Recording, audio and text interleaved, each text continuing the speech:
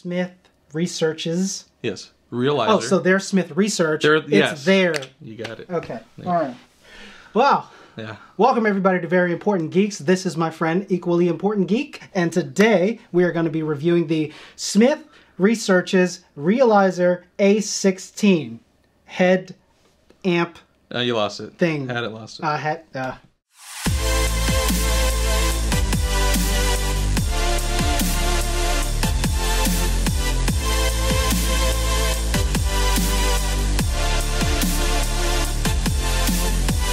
Okay, so talking about the A16, there is so much to cover. There is no way we're going to get through this video and cover it all without it being like an hour and a half long. So we're going to break it up into a couple of different videos, going over like setup and more specifics, but we'll just do sort of a high-level overview right now. We're going to do a whole documentary on the Smith Realizer A16. That's right. Good job. Yeah, I did it. I did it. That's nice. good. Yeah. So what is this thing? What do you think it is? What does it look like? It looks like something that I put up my... Okay, nope. That's okay. not... No. It is a headphone processor, a 3D headphone processor. Headphone processor. How is that different from an amp? Well, it actually...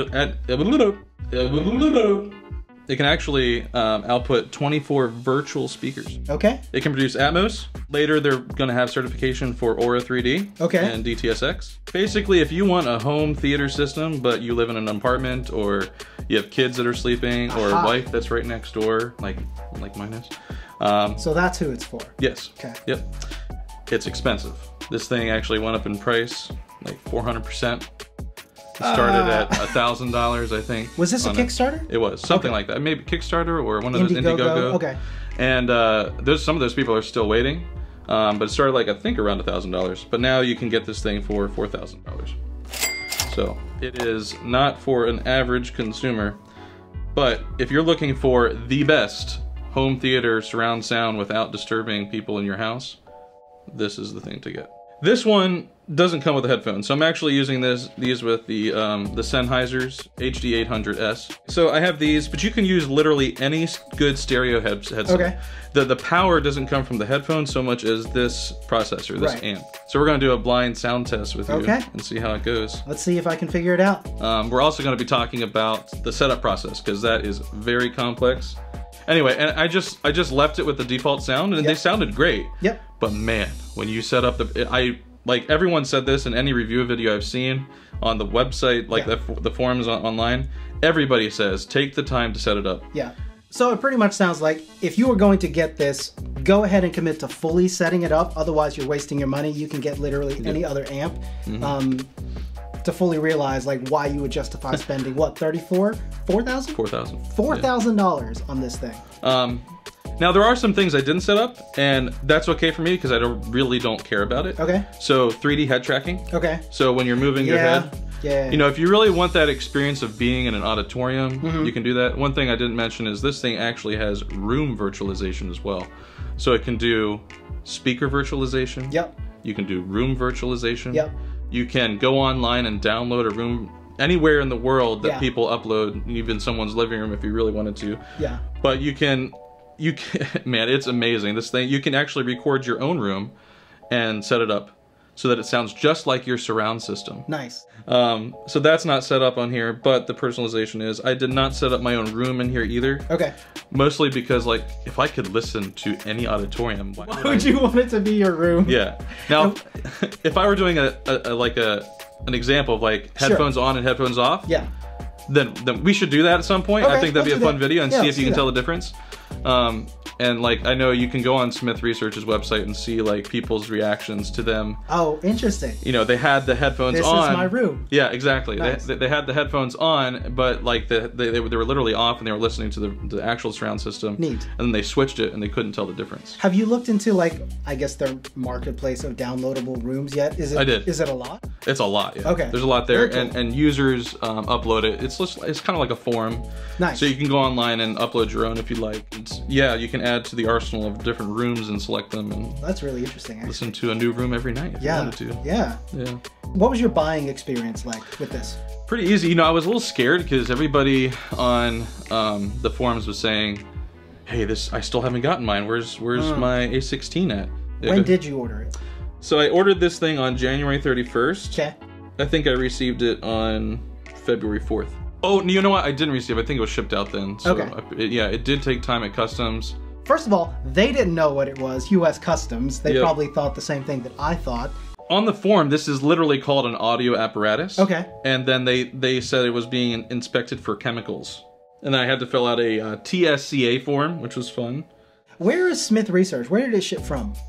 This, it's from Ireland. From Ireland. Okay. Yeah. Interesting. Apparently, like, some people had to fill out this form and Okay. customs, and some people didn't. So I think, like, I mean, look at it. It looks like something that goes up. So no toxins. We eventually got it. You are I'm still safe. I'm still alive.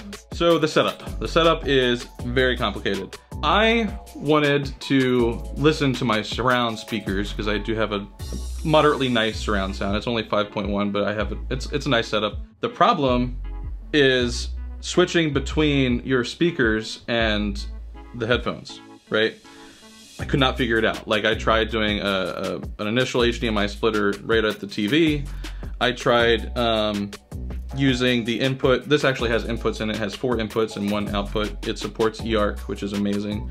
So I think it's HDMI 2.0B, which is like 2.1 essentially. Yeah.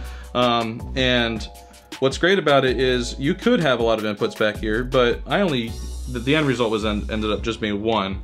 And then I have my receiver that has all the sources connected to it. I couldn't get it to work with my receiver. I have a Denon AVR X4700H. And actually just a few days ago, I got it set up with the receiver. So now I can flip back and forth. Okay, so you just had this set up directly into your TV? So I had this sitting over next to my TV. Got it. And all my inputs went into it and had to go to my TV.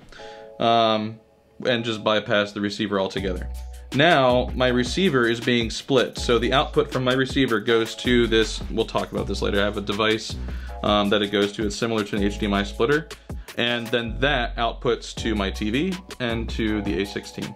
It works great. You know, I don't have any issues. The next problem, though, was the number of remotes that I had to use. I would be here sitting with at least 5 remotes. Right, because I might use my Apple TV, I have my Shield, and then I've got a remote for my AVR, I have a remote for my TV, I have a remote for the A16, and this remote is a remote. That's a remote. It's a remote.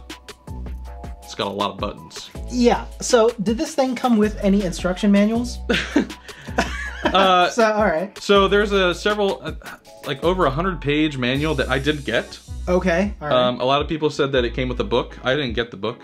But online you can see the PDF. There's an online PDF book that you can get. Okay. So yeah, do you want to try setting this up for yourself? Yeah, let's do it. All right, cool. And so look how awesome and expensive these look. $4,000. That's what you get. Wow. These are just for measurement, so you would never actually use Okay, these. good. And I've already created his user, so I'm going to go to apps. Make sure that the subject is the person you're setting up. Then go to headphone EQ. And then all the way down at the bottom, you'll see measure EQ response. I'm going to click on that. And now we're going to be quiet.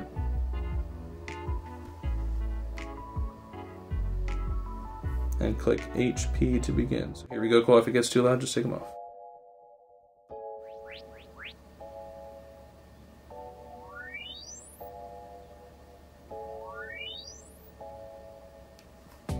We're done? Did you hear everything? I heard 4 things. Good. Okay. Cool. That was wild. Like, each one would, like, rumble start. Yeah. Wow. Yep, and I could see them spike. So when you're setting it up, you'll notice on the screen that they're mostly yellow and they spike at green. Cool. If you see them spike at red, the volume's too high. Yep. Back all the way out, adjust the volume. Got it. And then you just want to make sure that when it spikes, again, not most of the time, just when it spikes, it hits green. Okay. So it should be in yellow for most of the time. So now we've just saved Quaz EQ. So let's see if, make sure that this is all good. Okay, I'm gonna go up to presets up at the top. And I'm gonna click, oops, didn't adjust. Yeah, there we go. So here again, not very intuitive. I have to click adjust up to get to the user for the presets. So So I'm going to click on this, and I'm going to go down to HPEQ. Now this is not the one that we just created. So what we're going to do is we're going to listen to this one. Okay. See what you think. Okay. And then we're going to use the one we just created. Okay. And you tell me if there's a difference. So I have... What are we listening to? This is going to be a movie. So we're listening to Atmos content. This is Zack Snyder's Justice League. Oh, nice. Do I need to take these things out? Oh, whoops. Yeah, sorry. I was like, yeah, I'm we're not done. impressed. Done with the measurements. Okay. So this is not going to be impressive. I mean, it may still sound really good, but this is not the end-all be-all.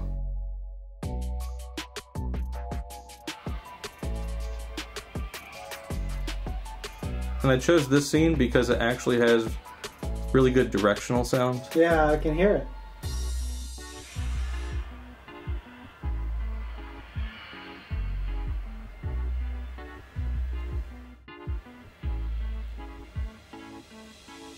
You can also see that we are currently working with Dolby Atmos and virtualizing. Still sounds pretty good. Yeah, virtualizing 15.1.8.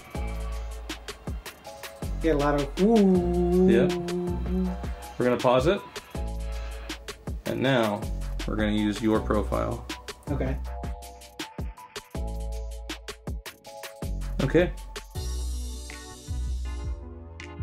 Are you ready, Qua? Mm-hmm. Are we gonna start the scene over or just continue? Just continue. Okay.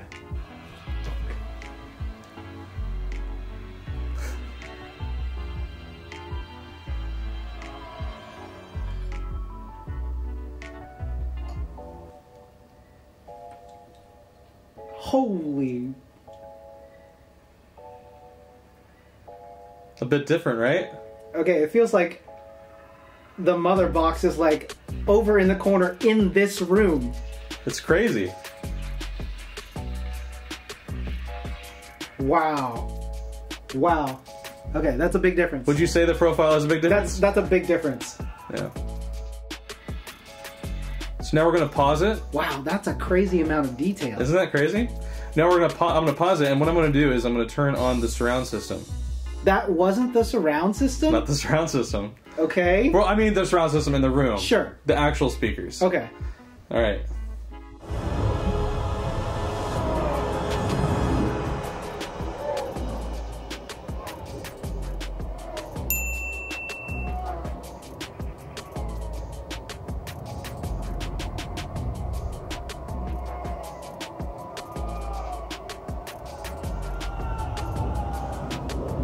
This is super impressive, and like for people who don't have the room to invest or the money to invest, like you could invest in buying all those speakers and it would be way more expensive than to just get this thing. That's yeah, so like this is expensive. It's obviously not meant for an average consumer, but if you're somebody that was looking at 24 speaker setup, this is way cheaper than that, like $4,000 versus even a quality like 5.1.8 would be like on par with just getting this. Yeah.